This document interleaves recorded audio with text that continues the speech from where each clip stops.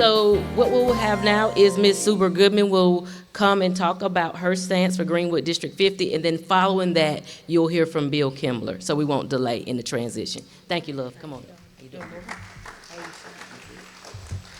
Good morning.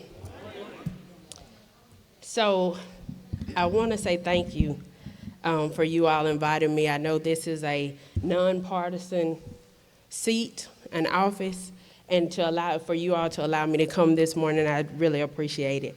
I want to thank my son for hanging with me this morning, because 10-year-olds don't necessarily want to get up early on a Saturday. So, a little bit, okay, is that better? All right. So I know 10-year-olds don't necessarily like getting up early on Saturday, but he decided to roll with his mama today, and I appreciate that. So this is an opportunity right now for you all just to get to know me, to find out who I am, what I believe in, and why I would like to serve. I am Teresa Suber Goodman. I am running for seat 3 on the Greenwood School District 50 Board, and I'm doing that because I believe in the power of education to transform lives and build stronger communities. Over the years, I've had the privilege of working closely with children, families, and educators in various capacities. An educator raised me. My mother actually taught the culinary arts class at the Career Center back in the 90s. She taught at Gleams, at the Midway School for Head Start, and she retired as a guidance counselor. As a child, I visited and spent a lot of time at Clinton High School because there, my grandmother, who was a history teacher, and then was the first Black woman to actually be a high school administrator, and she retired as the first and the only assistant principal at the time as a Black woman at Clinton High School. So education is important. And I feel like I've spent my life in school. But my credentials include creating equitable child care opportunities, mentoring youth in both community organizations and school districts, as well as implementing workforce training programs for preteens. I've seen firsthand the incredible potential that exists within every student when they're given support, resources, and opportunities to succeed. From 1996 to 99, I had the opportunity to develop workforce training programs for teens aged 13 to 16 with JTPA. And those programs were designed to build on each young person's unique interests and capabilities. They ensured that they had the skills and the confidence to pursue a successful future, whether that was with college, a career, or contributing directly to our community. I learned through that experience that family support is important. Connecting with parents and guardians is crucial to helping our youth succeed.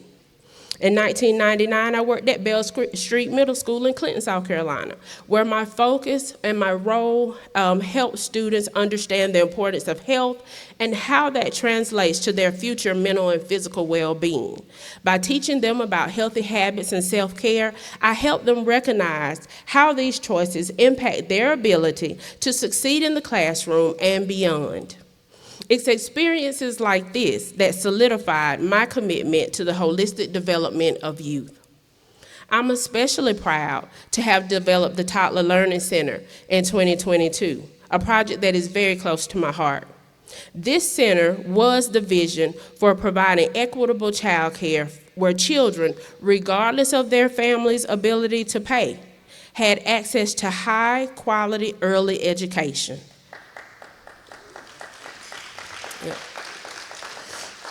I firmly believe that that is the foundation for children's success, and it begins long before they hit kindergarten. With this initiative, I set out to make sure that every child in our community has an equal start. I'm running for the school board because I want to take my experience and my passion for education and community service to the next level. I believe that together, we can create a school district where every child, every student, regardless of their background, can thrive.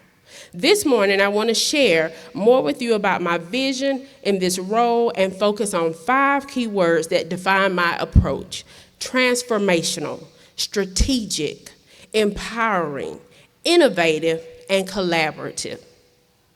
The first word is transformational, and transformation is at the heart of what I've done throughout my career. It's not enough to accept the status quo when our children's futures are at stake. We have the power to change the trajectory of every student in our district by providing an environment where they can be supported, and not just academically, but emotionally and socially as well. At the Toddler Learning Center, my goal was to ensure that all children, no matter their family's financial situation, had access to the same quality early education. This type of transformation is essential because it ensures that every child starts school with a strong foundation, and it sets them up for long-term success. And just as I've worked to transform early childhood education, I believe we need a similar transformation in our K-12 system. We can't measure success by test scores alone.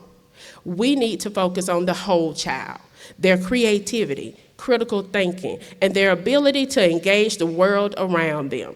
My vision is to help an education system and shape an education system that prepares our students for life, not just the next exam. Strategic. Let's talk about strategic thinking. In every role that I've held, I've had to approach challenges with a clear plan and a long-term vision. When I led the expansion of community initiatives, it wasn't by chance that we grew our budget from $150,000 to now close to $900,000 a year, expanding services across 6 counties and building new partnerships. It was through careful strategic planning. This same strategic approach is what I plan to bring to our school district. One of my top priorities is to support our teachers and ensure that they have what they need to do their jobs effectively. We need to give our teachers access to ongoing professional development, the resources they need in the classroom, and make sure that they feel valued in our community. We also need to address the district's personnel needs by strategically recruiting and retaining highly qualified educators and staff.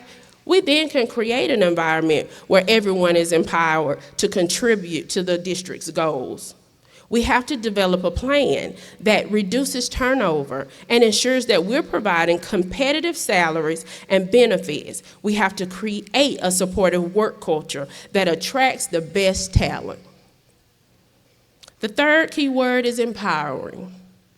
Throughout my career, whether it's been working with the families at Toddler Learning Center or developing workforce training for teens, empowerment has always been at the center of my work.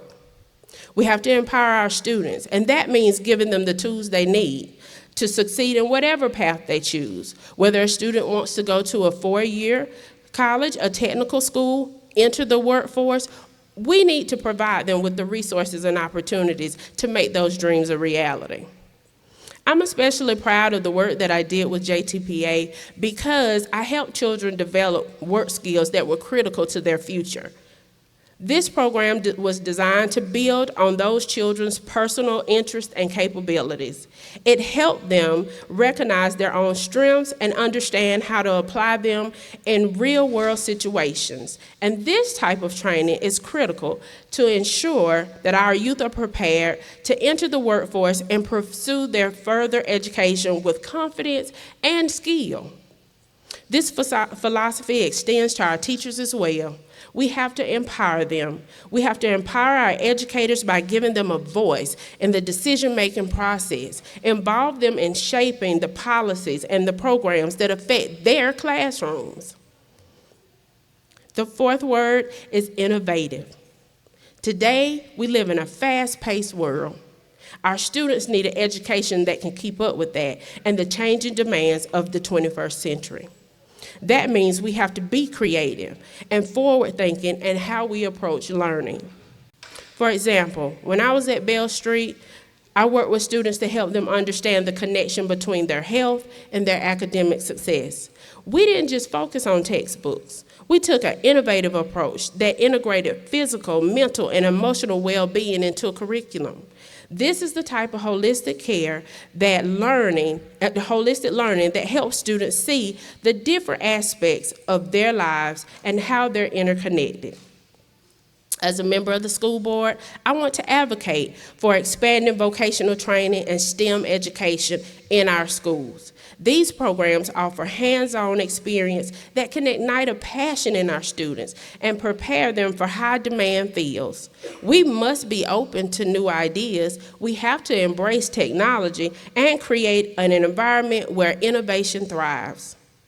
Lastly, collaboration.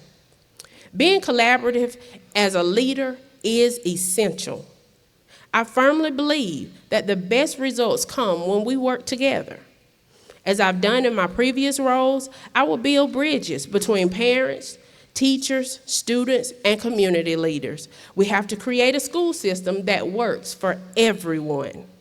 Collaboration just isn't about meetings and discussions. It's about making sure that our voices are heard, that everyone has a seat at the table. I've always been committed to inclusivity and ensuring that diverse perspectives help shape the policies where our students are affected. Whether it's working with local businesses to support our students in career development or partnering with community organizations to provide additional resources, collaboration is the key to a stronger, more connected school district. In closing, my experience as a transformational, strategic, empowering, innovative, and collaborative leader has prepared me to serve our schools and community in a meaningful way. I believe that together we can create an environment where every student is given the opportunity to succeed. Every teacher is supported, and every family feels good and engaged in the process. I'm excited to bring my vision for equitable opportunities to every student to receive a high-quality education that will translate into a comfortable lifestyle for them and their families. We have to create a thriving community, and we can do that starting with the school board. I know that with the right leadership, we can make our district a place where all students are prepared to succeed in life, whether that's by going to college, entering the workforce, or even going into the armed forces. I ask for your support, and I know that everybody here is not in District 3, but you may know someone who is. And you may know someone that I don't know. And if you can tell them what I've told you today about me, that would help tremendously, and I would appreciate it greatly. Because what I do know is, together we will make a difference. Thank you. Questions? Okay, and I want to see if anybody has any questions that I might be able to answer. Yes, ma'am.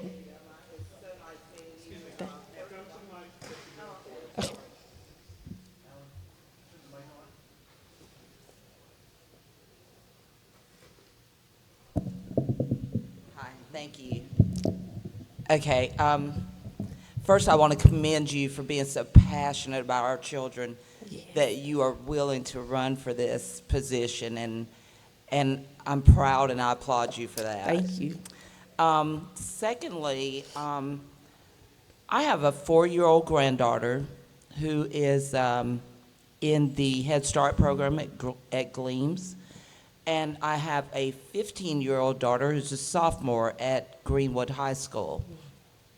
She is a member of AVID and honor roll student, and as Trency was talking earlier about the transportation to the Career Center, my sophomore daughter actually does that because she takes a biomedical class out there.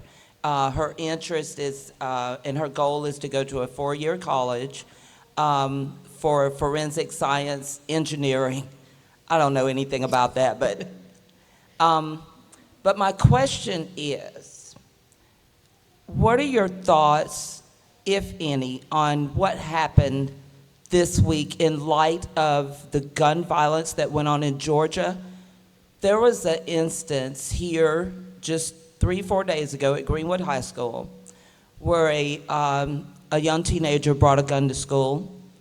And what was reported to the parents was that it was unloaded. but in his vehicle, because he drives himself to school.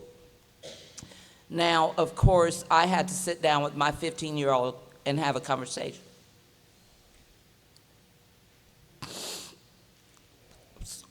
That's okay.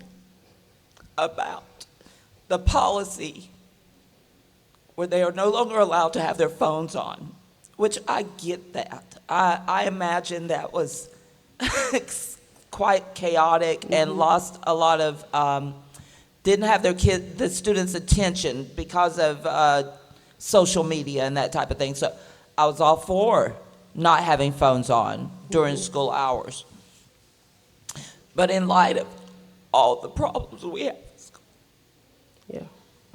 and having to have that conversation, baby. Well, Mama, what do I do? Because I'm not allowed to have my phone on. And what if we had to run? What if he made it into the school with a loaded weapon? And then everyone separates. And how are we get in touch with her? Or how do they get in touch with us? But I guess my main focus is, what do we do about metal detectors in our schools? Thank you so much. And I apologize, I'm so sorry. Don't apologize, because I think that is something that everybody in this room that is connected to a child, is parent to a child, loves a child, feels. And we feel it every time we hear anything about a school shooting. Guns have no place on school campus, period, because our children came there to learn.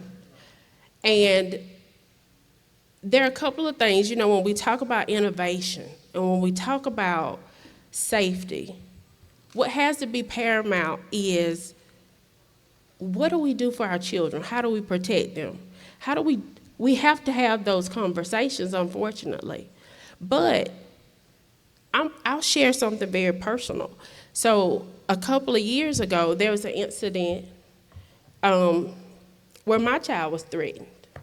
And I went through, that kind of student bill of rights and all of those things, and I couldn't find anything that addressed the violent threat that was made at an elementary school level. They had it for high school, but they didn't have it for elementary. And I had to address that with district personnel, because, and what I will say is, now it is in there. They did take the steps to address it, and it did have to do with gun violence. But if we don't know what are in those handbooks, if we don't know what the district policy is, if we don't know how to change that, if we don't know, I contacted my board representative. And to this day, September 7th, 2024, that was in 2022, I've still not heard back. That's an issue. And so it's paramount that we protect our children, period. Guns have no place on school campus. They have no place on school campus. And so, having gone through a personal, issue that had to do with even just a worded threat, opened my eyes when I looked through and I couldn't find anything to support protecting my child, and not just mine, but any other child at that school. That worried me. And so I know the district definitely knows my name, because I started right then to advocate, not just for ours, but for every child. And so those things will be addressed. And what I do know is, whether you're in my district or not, if I am elected and you can't get anybody else, you can get me. Call me. Because I'm not just there for the children in District 3 or Seat 3. Every child deserves it, and deserves representation, Parents deserve to be heard. You know how many parents have gone to school and had horrible, horrible, horrible experiences? They don't like going to school. They don't know how to talk to their administrators. They are emotional. And so how they may present it might not be how it needs to be taken. Parents have to have someone who can show up for them. And I want to show up for them.